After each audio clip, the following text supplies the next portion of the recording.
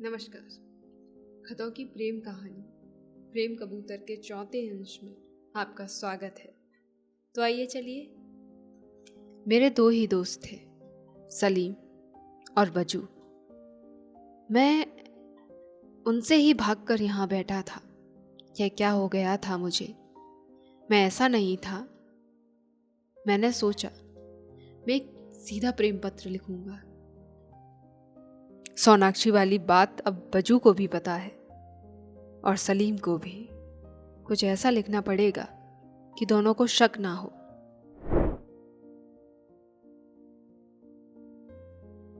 मैं घर नहीं जाना चाह रहा था। मैं सीधा बजू की चाय की दुकान पर गया। बजू मुझे देखकर खुश हो गया। उसने एक कट चाय दी। उसकी दुकान पर ज्यादा लोग नहीं थे। उसने पूछा, क्या हुआ? तू सुबह क्यों नहीं आया? नींद नहीं खुली। अचानक ऐसा क्या हो गया है कि मैं इतना झूठ बोलने लगा हूँ। मैं हर बात पर झूठ बोल रहा था और हर झूठ की मेरे पास एक कहानी थी। पता नहीं क्या हुआ कि मेरी आंखें छलकने लगी। मैं मीनाक्षी के बारे में भी नहीं सोच रहा था। मुझे कुछ नहीं पता क्यों, पर मैं रोने लगा। बजू घबरा गया। अबे क्या हुआ? सब सही तो है? बाप ने मार दिया क्या? अबे क्या हुआ? कुछ तो बोल। मैं बाहर नल पर मुंह धोए आया। अगर मैं मुंह धोने नहीं जाता तो शायद मैं सच कह देता बजू से, पर मुझे वक्त मिल गया सोचने का। इस बीच मेरे भीतर एक झूठ पैदा हो चुका था, मेरी कहानी। मैं वापस बजू के पास आया। बजू इंतजार कर रहा था। मैं पप्पू से मिलकर आ रहा हूं। तो मैं जब पप्पू के घर पहुंचा तो उसके पिताजी ने मुझे पीछे आंगन में जाने को कहा। बोले कि वह सुबह से किसी से बात नहीं कर रहा है। पता नहीं क्या हुआ। जब मैं बजू को पप्पू की बात सुना रहा था तो मुझे पप्पू का बाप अपना बाप दिखा, पर साफ सुथरा, कमजोर, दयनीय, क्लर्क किसी सरकारी दफ्तर में, मोटे कांच वाला चश्मा पहने हुए, सफारी सूट पहने हुए। क्या मैं असल में इस तरीके का बाप चाहता था?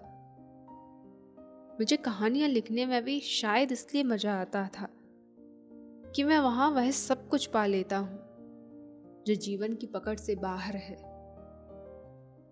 मैं वापस अपनी कहानी पर आया। पप्पू का बाप क्लर्क है नगर पालिका में। मैं सीधा आंगन में पहुंचा। पप्पू सफेद शर्ट पहने हुए था। उसके बाल घुंघराले हैं। वह एक बड़ी सी कुर्सी पर मोटी सी किताब लिए बैठा था।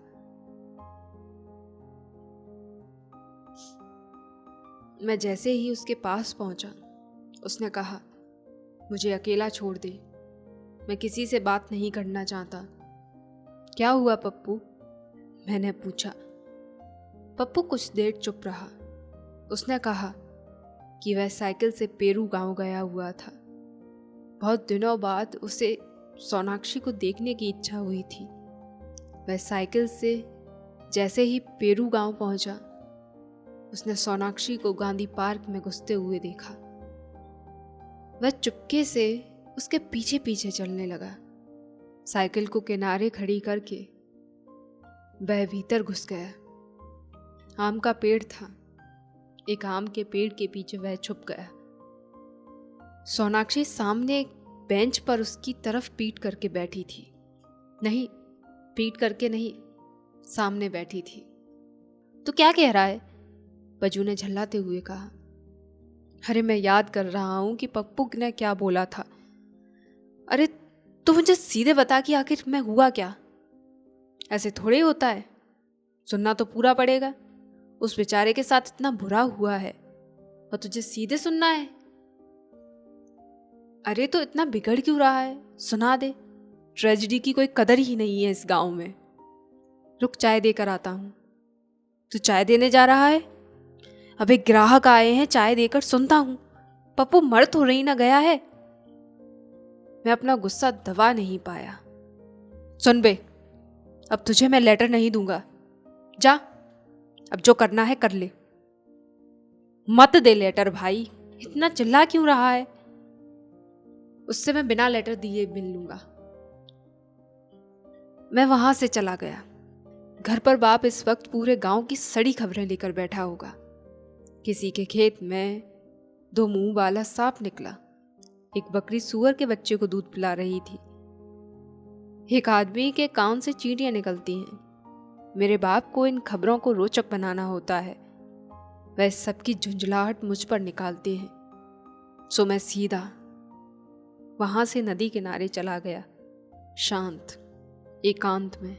मैंने ऐसा पहली बार किया था कि मैं एकांत खोज रहा था। लेखक ऐसा करते हैं, बड़े लेखक। मैं क्यों? मौसम में अजीब सी नमी थी। तेज हवा चल रही थी। नदी का पानी उछाले मार रहा था।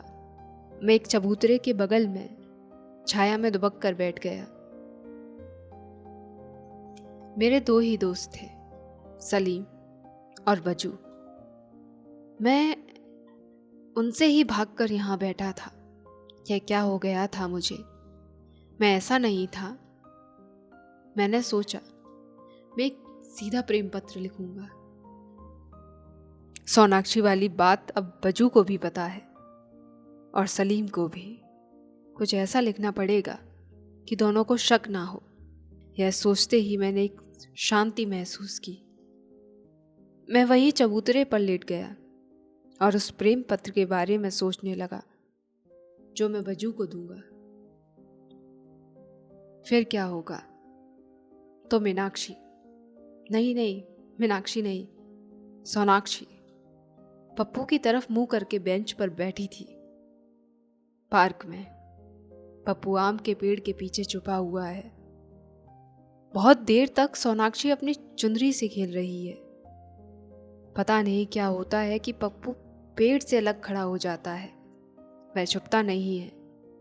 सोनाक्षी उसे देख लेती है, पर इस तरह व्यवहार करती है कि उसने देखा ही ना हो पप्पू को। पप्पू उसके पास जाने के लिए कदम बढ़ाता है। तभी वह प्रोफेसर कॉलोनी वाला लड़का वहां चला आता है। पप्पू पेड़ के पीछे वापस छुप जाता है। वह लड़का आते ही अपनी बातों में सोनाक्षी को उलझा देता है। मैंने कहानी में उस लड़के का नाम बजू रखा। इससे मैं बजू से भी बदला ले रहा था। सोनाक्षी चुपचाप बैठी थी। तभी उसने बजू के मुंह पर हाथ रख दिया और उसे चुप करवा दिया। फिर धीरे से बजू को अपने पास खींचा और उसके गले से लग गई। गले लगते हुए सोनाक्षी का चेहरा पप्पू की तरफ था और उसने पप्पू को देखा। पप्पू को वहां से चले जाना चाहिए था, पर वह नहीं गया। उसके बाद सोनाक्षी ने कई बार प्रोफेसर कॉलोनी वाले लड़के को गले से लगाया, पर पप्पू वहीं खड़ा रहा और रोता रहा। मेरी जब आंखें खुली तो मैं चबूतरे पर ही सो चुका था। मुझे लगा जो मैंने सोचा है वह सही में हुआ था। मैं उठ खड़ा हुआ। इससे पहले कि मैं भूल जाऊं, मैं घर की तरफ भागा, बजू का प्रेम पत्र पूरा करने के लिए। अगले दिन सुबह मैं बहुत जल्दी ग्राउंड पर पहुंच चुका था। कुछ देर में बजू आया। मैंने उसे लेटर नहीं दिया। मैंने सोचा उसे मांगने दो, तब दूंगा। हम दोनों चुपचाप खड़े रहे। तभी सलीम ग्राउंड पर पहुंचा।